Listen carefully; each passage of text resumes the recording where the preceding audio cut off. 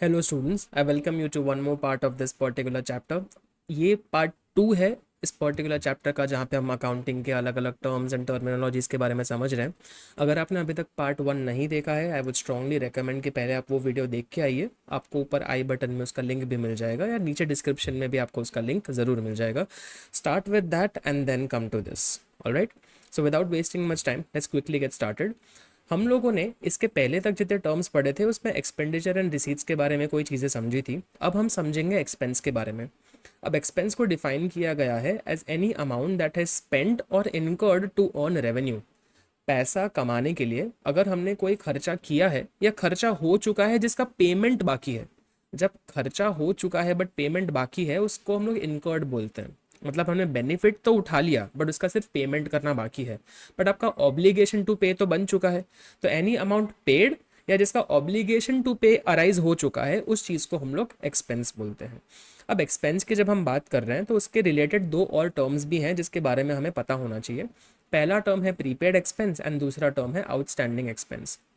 अब prepaid expense एक ऐसा एक्सपेंस होगा जिसका पैसा अब भर चुके हैं, लेकिन उसका बेनिफिट उठाना अभी तक बाकी है। ठीक है, इसको हम अभी एक ही मिनट में एक एग्जाम्पल के थ्रू समझेंगे। उसके पहले हम लोग जो है वो आउटस्टैंडिंग एक्सपेंस के बारे में कुछ बात कर लेते हैं। आउटस्टैंडिंग एक्सपेंसेस को बोला गया है as expense which has been incurred during the year but not paid. अब इसको एक एग्जाम्पल के थ्रू समझाता हूँ। अब आपके घर पे भी जो है ना वो काम करने के लिए कोई डोमेस्टिक सर्वेंट आते होंगे। तो अगर वो सर्वेंट आपके यहाँ पे काम करने आते हैं तो इस महीने की पगार को आप अगले महीने की 5 तारीख पर पेमेंट करते हैं।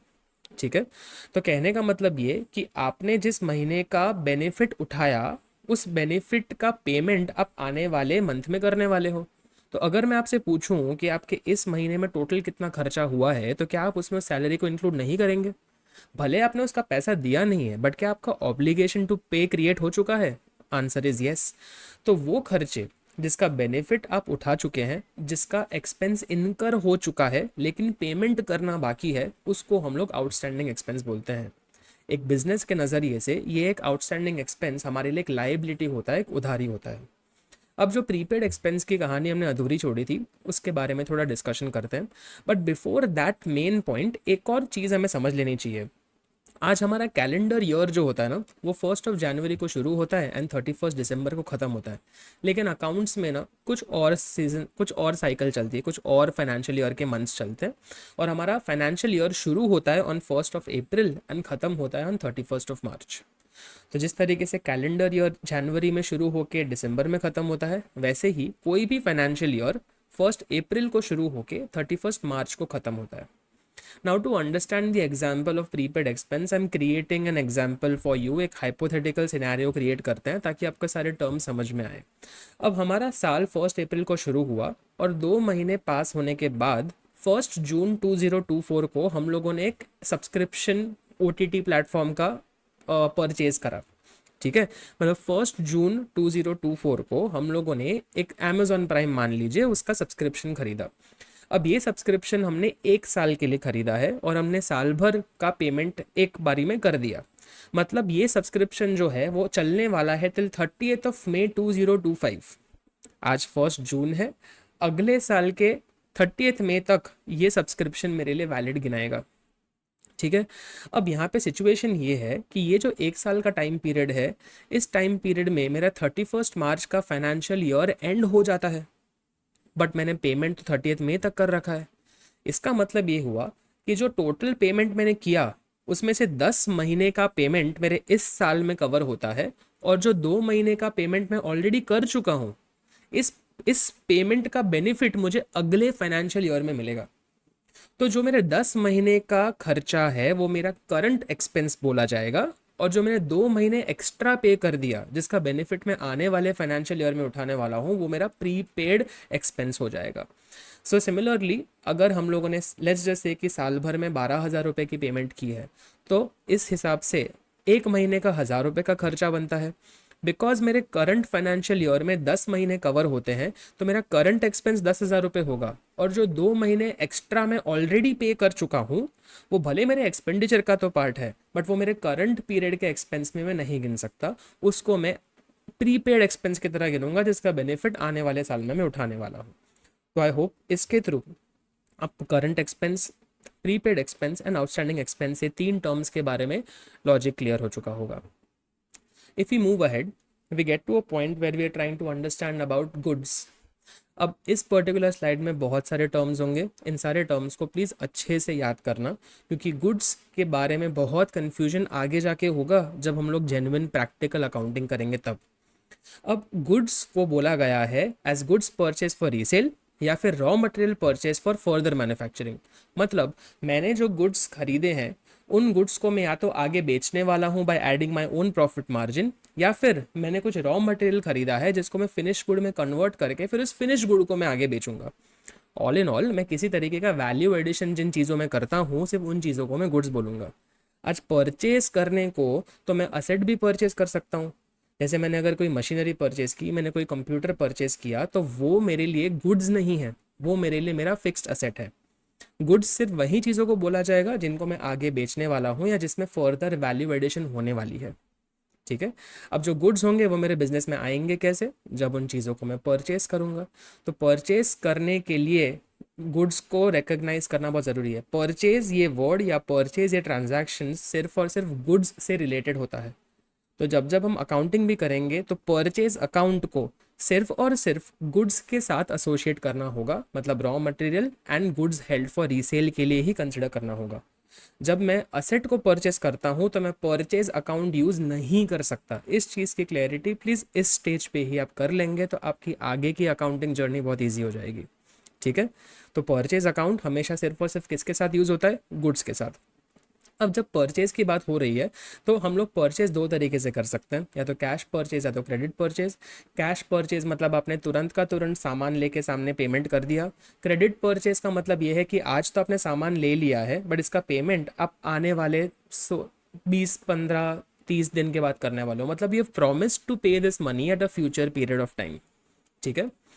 नाउ जब हम लोग क्रेडिट परचेस करते हैं तो क्रेडिट परचेस करने की वजह से हमारे ट्रेड पेएबल्स क्रिएट होते हैं.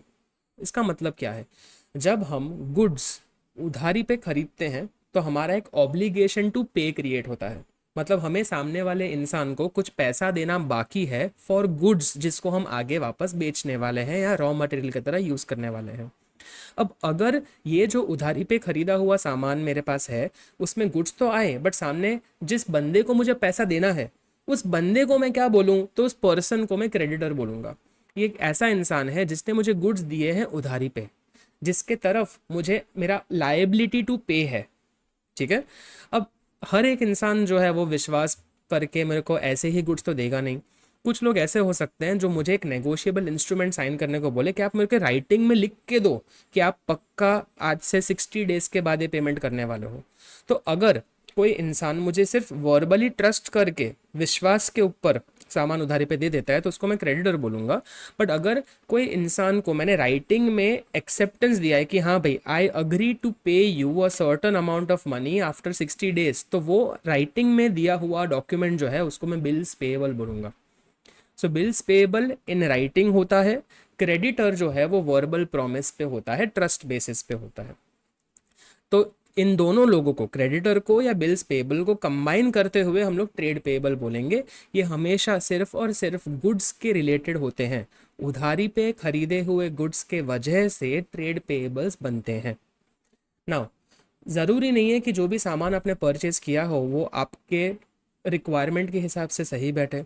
हो सकता है कि काफ़ी ज़्यादा सामान ऐसा हो जो शायद आपके आपके लिए डिफेक्टिव हो या आपने जो मंगाया था उससे अलग हो, इनकरेक्ट सामान आपके पास आ गया हो, तो उस सामान को आप अपने पास रखोगे नहीं, आप उस सामान को लौटा दोगे. तो जो चीज़ आपने वापस लौटा दी उस चीज़ को हम लोग परचेज रिटर्न बोलेंगे, क्योंकि या तो ये गुड्स डिफेक्टिव थे या तो ये गुड्स इनकरेक्ट थे as per what you wanted to order. अब जो गुड्स बिजनेस के अंदर आए थे वो गुड्स रिटर्न होके वापस बाहर जा रहे हैं, इस वजह से परचेज रिटर्न को हम लोग रिटर्न आउटवर्ड्स भी बोलते हैं. अब जिस तरीके से परचेज की एक पूरी साइकिल थी जहाँ पे सारे इंटर रिलेटेड टर्म्स हम लोगों ने एक साथ देखे, वैसे ही सेल्स के बारे में भी बात कर लेते हैं. तो सेल्स का मतलब होता है जब हम गुड्स को आगे बेचेंगे. तो अब ये सेल्स भी कैश बेसिस पे हो सकती है और क्रेडिट बेसिस पे. अगर कैश में होगा तो तुरंत पैसा मिलेगा. अगर प्रॉमिस टू रिसीव होगा, मतलब आज से 20 दिन बाद मुझे पैसा मिलने वाला होगा, तो वो क्रेडिट सेल होगी. जिस तरीके से क्रेडिट परचेज ट्रेड पेएबल्स बनाता है वैसे ही क्रेडिट सेल्स ट्रेड रिसीवेबल बनाएगा. अब ट्रेड रिसीवेबल का मतलब मैंने सामान तो दे दिया और सामने वाले इंसान ने प्रॉमिस कर दिया है कि वो पैसा चुका देगा। अब वो जो पैसा चुकाने वाला है, अगर वो वर्बल प्रॉमिस है ट्रस्ट बेसिस पे, तो मैं उसको डेटर बोलूंगा। जिससे मुझे पैसा लेना है, वसूलना है, वो मेरा डेटर हुआ। जिसको मुझे पैसा देना है, पे करना है, वो मेरा क्रेडिटर हुआ। तो परचेज के साथ क्रेडिटर और सेल्स के साथ डेटर, ये चीज़ दिमाग में प्लीज़ ध्यान रखना। साथ ही साथ अगर यही ट्रेड रिसीवेबल इन राइटिंग होता है, इन एक्सेप्टेंस होता है, तो उसको मैं बिल्स रिसीवेबल बोलूँगा। एग्जैक्टली बिल्स पेएबल का ऑपोजिट। अब जैसे हमने परचेज के साथ परचेज रिटर्न पढ़ा था, वैसे सेल्स के साथ हमें सेल्स रिटर्न पढ़ना पड़ेगा। हमारी बेची हुई सारी चीज़ें भी परफेक्ट हो ऐसा ज़रूरी नहीं है, हमारी बेची हुई चीज़ों में भी कोई डिफेक्ट हो सकता है। कोई इंसान ने जो ऑर्डर किया था, उसने लेट्स से एक रेड कलर की टी शर्ट ऑर्डर की थी और हमने उसको जो है वो मरून कलर की टी शर्ट भेज दी, तो वो एक्सेप्ट बिल्कुल नहीं करेगा क्योंकि इनकरेक्ट सामान है, तो वो लौटा देगा, रिटर्न कर देगा। तो वो सारी चीज़ें जो हमने बाहर बेची थी, जो वापस आई डिफेक्टिव होने की वजह से, इनकरेक्ट होने की वजह से, तो उन सारे गुड्स को हम सेल्स रिटर्न बोलेंगे। जिस तरीके से परचेज में से परचेज रिटर्न माइनस होता है, वैसे ही सेल्स में से सेल्स रिटर्न माइनस किया जाएगा जब आप साल के एंड में प्रॉफिट वगैरह गिनती करने की बातें करेंगे तब। अभी के लिए आपको सिर्फ purchase, purchase return, sales return क्या होता है वो पता होना चाहिए। साथ ही साथ trade payable and trade receivable कब क्रिएट होते हैं उसके बारे में नॉलेज होनी चाहिए।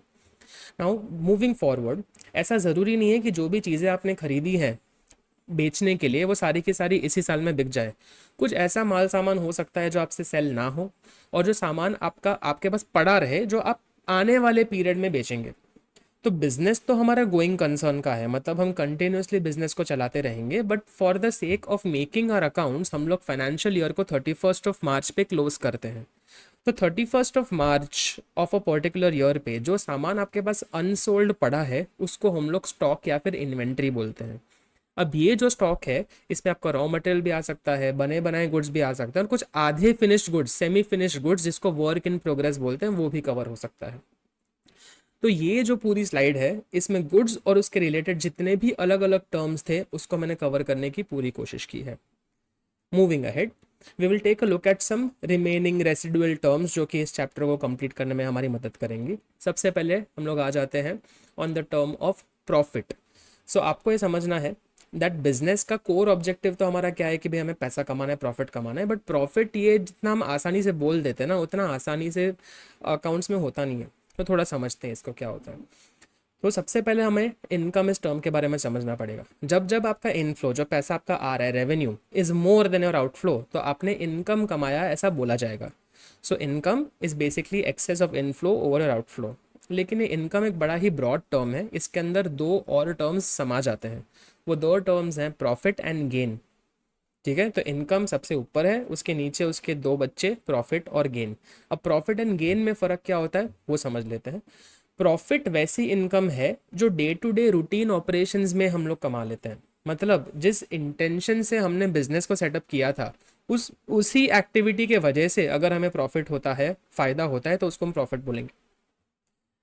अब इस प्रॉफिट के भी दो हिस्से हैं, you have gross profit and net profit. अब इसका मतलब क्या है, लेट्स जस्ट से कि हम लोग जो है वो इमेजिन करिए परफ्यूम बेचते हैं। अब ये परफ्यूम बेचने के लिए हमने ये परफ्यूम कहीं से खरीदा होगा और उस खरीदने के बाद हमने उसको बेचा होगा। लेट्स जस्ट से दैट हमारा परचेज का जो प्राइस है वो 100 रुपीज़ है और हमारा सेल का जो प्राइस है वो 250 रुपीज़ है। तो 250 माइनस 100, रेवेन्यू जो हमने कमाया सेल करके, माइनस 100 जो हमारा डायरेक्ट कॉस्ट है, उसको जब माइनस करते हैं तो हमें मिलता है 150, जो कि हमारा ग्रॉस प्रॉफिट हो जाएगा। अब ये सेल करने के लिए मैंने बहुत सारे और खर्चे किए होंगे, मैंने दुकान भाड़े पे ली होगी, मैंने इलेक्ट्रिसिटी का बिल पे किया होगा, मैंने रेंट वगैरह पे किया होगा। तो वो सारे खर्चों को जब मैं इंक्लूड कर दूंगा ना, मतलब मेरे प्रॉफिट के एक्चुअल अमाउंट को डिटरमाइन करने के लिए जब मैं सारे के सारे खर्चे माइनस कर देता हूँ, तो वो मेरे नेट प्रॉफिट को बना देगा। ठीक है, तो आपने शार्क टैंक पे भी देखा होगा राइट, हम लोग वहाँ पे ग्रॉस मार्जिन या कंट्रीब्यूशन मार्जिन के बारे में बात करते हैं, तो GM1 GM2 जैसे टर्म्स का इस्तेमाल होता है। तो जब मैं अपने सेलिंग प्राइस में से सिर्फ गुड्स का कॉस्ट माइनस कर दूं, तो उसको मैं ग्रॉस प्रॉफिट बोल सकता हूँ। और जब मैं अपने सेल्स में से, रेवेन्यू में से सारे खर्चे माइनस कर देता हूँ, तो मुझे नेट प्रॉफिट मिलता है। इसको मैं आपको थोड़ी ही देर में एक एग्जाम्पल के थ्रू भी समझाऊंगा। जब मैं गेन के बारे में बात करता हूँ, सो गेन का मतलब ऐसा इनकम मेरे लिए होगा जो कि नॉन रिकरिंग है, जो कि रेगुलर ट्रांजैक्शंस में नहीं होता, जिसके लिए मैंने जो है ये बिजनेस को सेटअप नहीं किया। मतलब एग्जाम्पल के थ्रू अगेन, ठीक है, लेट्स जैसे कि हमने एक पर्टिकुलर कार परचेज की थी 5 लाख रुपए की। 5 लाख वाली गाड़ी हमने अज्यूम किया था कि हम लोग जो 5 साल तक यूज़ करेंगे, मतलब हर साल हमने गाड़ी की कितनी यूज़ की, 1-1 लाख रुपए की यूज़ की टेक्निकली। अब इस कार को परचेज करके 2 साल हो चुके। अगर 2 साल हो चुके हैं, इसका मतलब ये है कि 5 लाख की चीज़ में से 2 लाख का बेनिफिट हम उठा लिए हैं। तो अभी हमारी जो कार है उसकी बुक वैल्यू हो गई 3 लाख। अब अगर मैं इस कार को 2 साल के बाद बेच देता हूँ, तो मुझे इस कार के अगर 3,30,000 मिलते हैं सपोज, तो 3 लाख की चीज़ मैंने 330 में बेची, मतलब 30,000 का जो मेरा फायदा हुआ है उसको मैं प्रॉफिट नहीं बोलूंगा, क्योंकि मैं कोई कार डीलरशिप नहीं हूँ जिसका काम कार बेचना हो। ये तो मेरे बिजनेस के अंदर एक बाई चांस होने वाला प्रॉफिट हो गया, तो उसको मैं प्रॉफिट ना बोलते हुए क्या बोलूंगा, उसको मैं गेन बोलूंगा। It is whenever I gain more inflow as compared to my outflow due to non recurring और irregular activities। ठीक है, तो किसी असेट को हमने बेच दिया, उससे हमारा गेन हो गया। मेरा लोन चल रहा था बैंक के साथ, 1 लाख का लोन था, बट मैंने बैंक से रिक्वेस्ट करके वो 1 लाख के सामने 80,000 रुपये पे कर दिए, तो 20,000 रुपये का भी मेरा गेन हो गया। तो वो चीज़ गेन बोली जाएगी, उसको प्रॉफिट हम नहीं बोलेंगे। ठीक है, तो जो रूटीन रेगुलर रिकरिंग ट्रांजैक्शंस के वजह से मेरा फायदा होता है उसको प्रॉफिट बोलेंगे, और जो फायदा कभी कभी बाई चांस हो जाता है उसको मैं गेन बोलूंगा। अब अगर मेरा आउटफ्लो ज़्यादा है, मेरा एक्सपेंस ज़्यादा है as compared to my revenue, तो वो लॉस कहलाएगा। अब लॉस के कोई फर्दर कैटेगरीज नहीं है, लॉस बहुत लॉस है, हम ऑलरेडी दुख दर्द पीड़ा में है, उसके और टाइप्स प्लीज़ याद मत करवाओ हमसे। ठीक है, तो इनकम के हमारा क्लासिफिकेशन है, income will be classified as profit and gain, profit can further be classified as gross profit and net profit. अब इन सारे टर्म्स को एग्जाम्पल के थ्रू समझते हैं। ठीक है, अब हमने कोई सामान 50,000 में खरीदा था और 80,000 में बेच दिया। अब ये जो 80 में से 50 हम माइनस करेंगे तो 30,000 का हम लोगों को ग्रॉस प्रॉफिट होगा, क्योंकि सामान आया कितने का, 50 का, बेचा कितने में, 80 में, तो 30,000 रुपये जो मैंने कमाए हैं वो मेरा ग्रॉस प्रॉफिट हो जाएगा।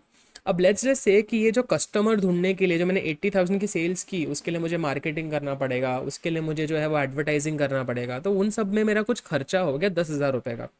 ठीक है, होर्डिंग वोर्डिंग लगाने का काम किया मैंने, लोगों को कमीशन वगैरह पे किया होगा ये सामान बेचने के लिए। तो अगर मेरे उसमें सेलिंग के खर्चे 10,000 रुपये लगे हैं, तो after deducting this selling expense मेरे पास जो प्रॉफिट बचता है उसको मैं नेट प्रॉफिट बोलूँगा। आपको ये ध्यान रखना है, ग्रॉस प्रॉफिट हमेशा नेट प्रॉफिट से तो ज़्यादा होगा। ठीक है, अब लेट्स जैसे कि मेरे पास कोई असेट था जिसकी बुक वैल्यू 1 लाख थी और मैंने उसको 1,30,000 में बेच दिया, तो मेरा जो फायदा हो रहा है 30,000 का वो मेरा गेन है, क्योंकि मेरा बिजनेस असेट को बेचना नहीं, गुड्स को बेचना है। ठीक है, अब जब मैं gross profit net profit and gain in terms को समझ चुका हूँ, तो जब मैं अपने नेट प्रॉफिट और गेन को ऐड करूंगा तो मुझे मिलेगा मेरे बिजनेस का इनकम। मतलब 50,000 रुपये जो है नेट प्रॉफिट प्लस गेन, वो मेरे लिए मेरी इनकम बन जाती है। तो आई होप ये सारे टर्म्स जो इंटर रिलेटेड है वो आपको समझ में आ रहे होंगे। अब हम आते हैं on the term discount. Discount का मतलब क्या है भाई, हमें सबको डिस्काउंट बहुत पसंद है, जब भी किसी चीज़ की वैल्यू कम हो जाती है तो उसको डिस्काउंट बोलते हैं, राइट। तो reduction in the price of goods, तो उसको हम लोग डिस्काउंट बोलेंगे। अभी डिस्काउंट हमारे दो तरीके के होते हैं, एक होता है ट्रेड डिस्काउंट और दूसरा होता है कैश डिस्काउंट। गौर से समझना, क्योंकि अकाउंटिंग में यहाँ पे डिफरेंस बहुत पड़ता है। ट्रेड डिस्काउंट में लिखा हुआ है reduction in price due to bulk order और पर्सनल रिलेशन। आप किसी जान पहचान के और किसी रिलेटिव की दुकान पे आप जाते हो कोई सामान खरीदने के लिए, अब वहाँ पे उसका एमआरपी जो है वो 5,000 रुपये लिखा होता है, बट बिकॉज आप उसको पर्सनली जानते हो वो 5,000 की चीज़ आपको 4,000 में दे देता है। अब बिकॉज उन्होंने आपको 4,000 में दिया तो आपके बिल पे अमाउंट कितना आएगा, 4,000। तो जो 1,000 रुपये का डिस्काउंट आपको मिल रहा है, क्या उसकी अकाउंटिंग एक्चुअली हुई, नहीं, क्योंकि अकाउंटिंग तो कब होगी, जब बिल बनेगा, जब वाउचर मिलेगा उसके बाद ट्रांजैक्शन होगा। अब वाउचर मिलने से पहले, बिल बनने से पहले जो आपको डिस्काउंट मिल रहा है उसको हम ट्रेड डिस्काउंट बोलेंगे, और उसकी अकाउंटिंग में कहीं पे भी एंट्री नहीं होती। ठीक है, तो ये हो गया हमारे लिए ट्रेड डिस्काउंट। ये यूजुअली कब मिलता है, जब आप बल्क में ऑर्डर करते हो तो आपका स्पेशल रेट लगता है, या फिर आप जान पहचान की दुकान में जाते हो तो आपका स्पेशल रेट लगता है। वही चीज़ आती है अपने कैश डिस्काउंट के ऊपर। अब मैंने जो है वो सामान बेच दिया, और सामान बेचने के बाद मेरा जो कस्टमर है वो बोलता है कि जैसे आप बाकी सारे कस्टमर्स को 15 दिन का टाइम देते हो पेमेंट करने का, वैसे ही मुझे भी दे दो। अब अगर मैं चाहता हूँ कि मुझे पैसे तुरंत चाहिए, मैं नहीं चाहता कि ये बंदा मुझे 15 दिन बाद जो है वो पैसा दे, तो मैं उसको ये बोल सकता हूँ कि अगर बाकी लोगों ने 15 दिन में पे किया था वो पूरा पैसा पे करते हैं, अगर आपने मुझे आज पैसा एक बारी में दे दिया तो मैं आपको जो है 5% और डिस्काउंट दे दूंगा। तो वो जो डिस्काउंट मिलता है आपको उसको हम कैश डिस्काउंट बोलेंगे। अब ये डिस्काउंट क्यों दिया जा रहा है? Objective of giving this discount is फटाफट पैसे निकलवाना। यू वांट क्विक रिकवरी और early payment of dues that are receivable for the business. तो कैश डिस्काउंट बिल बनने के बाद दिया जाता है, इस वजह से उसकी एंट्री या रिकॉर्डिंग हम करते हैं। मूविंग अहेड, हम एक और टर्म के बारे में बात करेंगे जिसका टर्म है रिबेट। अब हो सकता है कि बिजनेस करते वक्त आपसे कोई भूल चूक हो जाए जिसकी वजह से आपका कस्टमर जो है उसको पुअर एक्सपीरियंस मिले, बैड एक्सपीरियंस मिले। तो इन सब सिचुएशन में आप क्या करते हो, अपने कस्टमर को जो है वो उस खराब एक्सपीरियंस के कंपनसेशन के तौर पे आप उनसे कम पैसा चार्ज करते हैं। लेट्स जस्ट से कि आपने जो है वो किसी इंसान के लिए एक पर्टिकुलर प्रोडक्ट बनाया और वो प्रोडक्ट उनको बिल्कुल भी पसंद नहीं आया। या फिर लेट्स टेक एन एग्जांपल जो थोड़ा प्रैक्टिकल है। यू रन अ सलून, ठीक है। आपके सलून में कस्टमर आता है और वो बोलता है कि मेरे बालों को ना कलर कर दो, ठीक है। अब कस्टमर ने बोला था कि आपको ब्राउन कलर करना है और गलती से आपसे रेड कलर हो गया। अब इस सिचुएशन में सीधी सी बात है कि कस्टमर आपको उस चीज़ के पैसे तो देने वाला है नहीं, बट आपका प्रोडक्ट का कॉस्ट तो लग चुका है। तो आप उसको जो बेनिफिट दे दोगे कि भाई आई एम सॉरी, आप इसका एक भी रुपया प्लीज़ मत पे करना, I am sorry for my mistake, और मैं इसको रेक्टिफाई कर देता हूँ। तो उस चलते जो आपने आपने नुकसान झेला, उस नुकसान को हम लोग रीबेट बोलेंगे। ये पैसा है जो है वो आपने डिस्काउंट की तरह जाने दिया है। क्यों? क्योंकि आपने आपकी गलती की वजह से एक कस्टमर को एक बुरा एक्सपीरियंस दिया है। तो जब आप वैल्यू रिड्यूस करते हो due to a poor experience तो उसको रीबेट बोला जाता है। Now will talk about bad debts here. अब जब हम लोगों ने गुड्स के बारे में चर्चा की थी आज से 2 स्लाइड पहले, जिसमें हमने सेल्स में ट्रेड रिसीवेबल के बारे में समझा था, मतलब जब जब हम उधारी पे किसी को सामान देते हैं और उससे पैसा वसूलते हैं at a future point of time, तो वो इंसान हमारे लिए बन जाता है डेटर। डेटर एक ऐसा पर्सन है जिसको हमने सामान बेचा है और उसका पैसा देना बाकी है।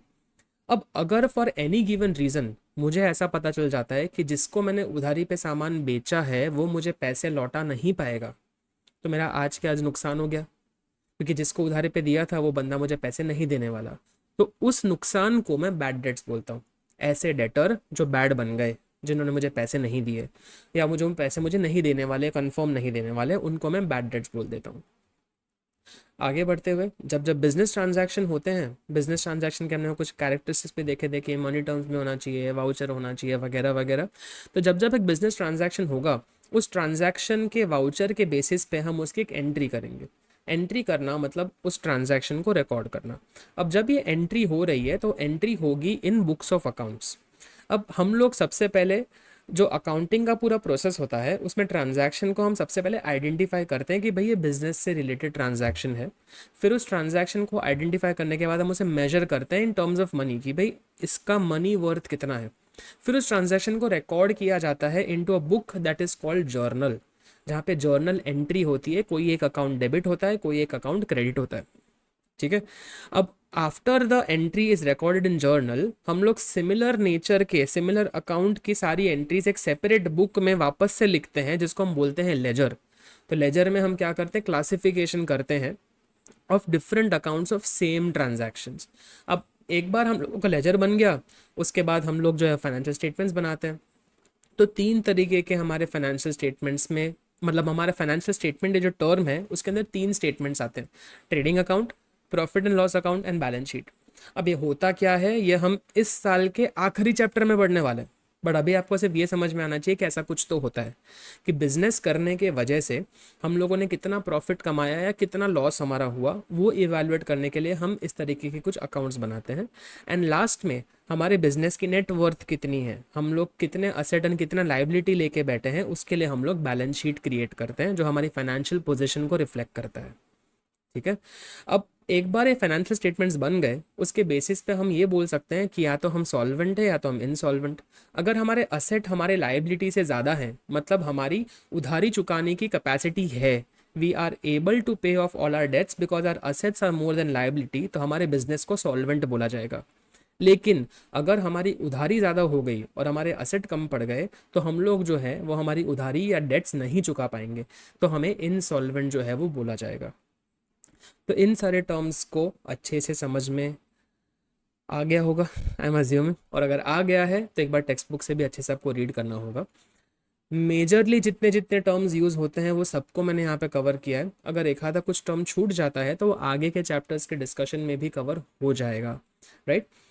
तो इस पर्टिकुलर वीडियो को यहाँ पे रखते हैं।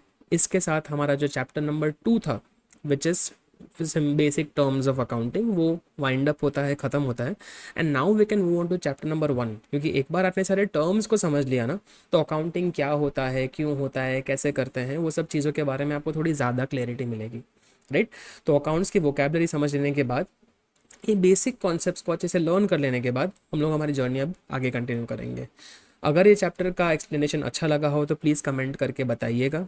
अगर आपके कोई डाउट्स रहते हैं तो उसके बारे में भी प्लीज़ नीचे कमेंट करके हमें बताइएगा, right. I will meet you in the next video where we cover one more chapter of accounts. इसी तरीके से आपके लिए ये पर्टिकुलर कंटेंट को ईजी बनाते रहना ही मेरा मिशन है, और इसी के ऊपर हम लोग काम करते रहेंगे। Thank you so much.